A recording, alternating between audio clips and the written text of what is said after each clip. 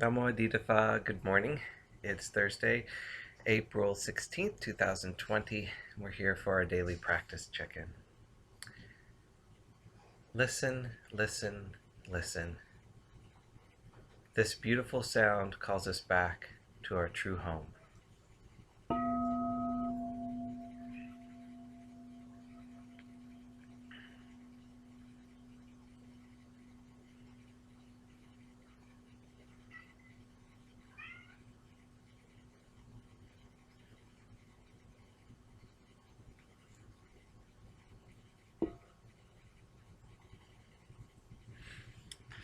This morning we're reciting the fourth wonderful precept.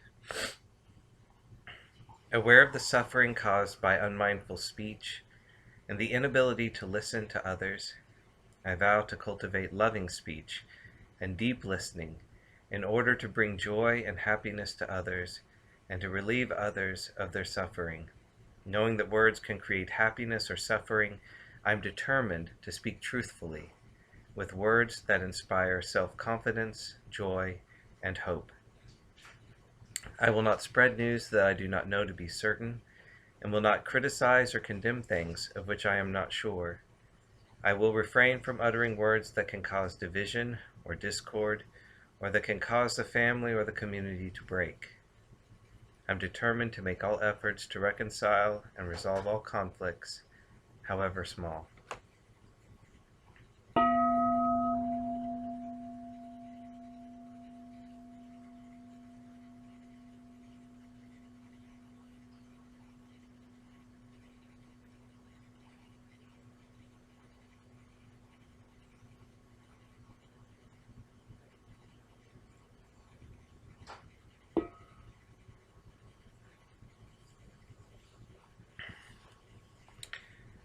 This morning we're reading the section on felt meanings from Ajahn Sucitto's Kamma and the End of Kamma. When we look at what causes our impulses and actions, it's clear that they arise from feelings and inclinations in the heart.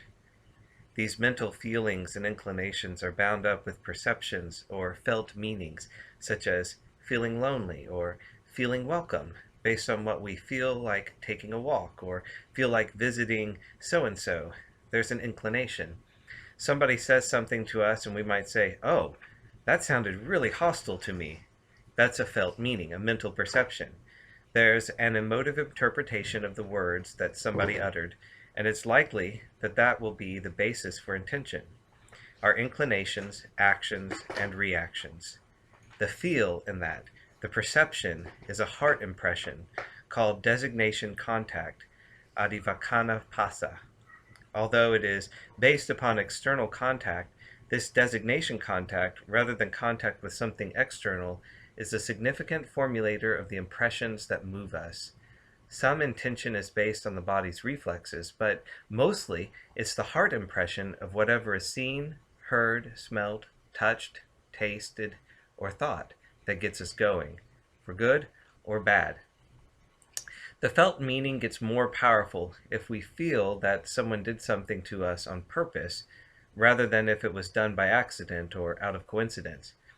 Imagine the case where a person's been rude to you 14 times this year. If they'd done it once, you'd have thought it was just a mistake, but 14 times? The present action was felt more intensely because of the previous actions that had occurred.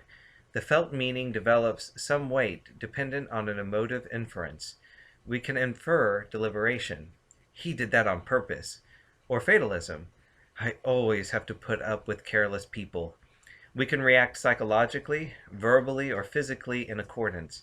This is how prior impressions, attitudes, and life statements mold the heart impression. In this way, the impressions and attitudes we carry from the past become a base for intention, a base for further karma. Also, the more we focus on and attend to our impressions, or view the world and others through old impressions, the more potent and firmly established those impressions can get. But you can't rely upon heart impressions. This is because we tend to notice what we've become accustomed to notice. Her gracious demeanor, his irritating mannerisms, etc. And as we revisit the world in that way, we add more interpretations. Then I feel that he's always this way, or I see you in a certain way, or I only notice my bad habits. Thus, my focus, my attention, gets set to look out for old impressions. And I bring those to mind, mull them over, get affected by them, and act in accordance. So the scanning mind can keep selecting impressions in accordance with biases of the heart, and thereby build up and intensify those biases. Attention is therefore also bound up with intention and in generating kamma. What all this means is that you can't just rely on heart alone or on attention alone. You have to cultivate skillful attention, attention to the heart, to get to the end of biases.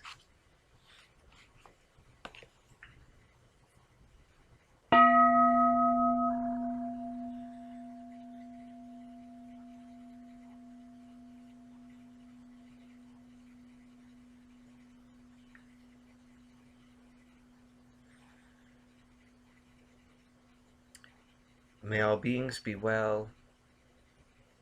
May all beings be happy. May all beings be peaceful. Sadhu, sadhu, sadhu. Thank you for joining me this morning, and I hope that you have a lovely day.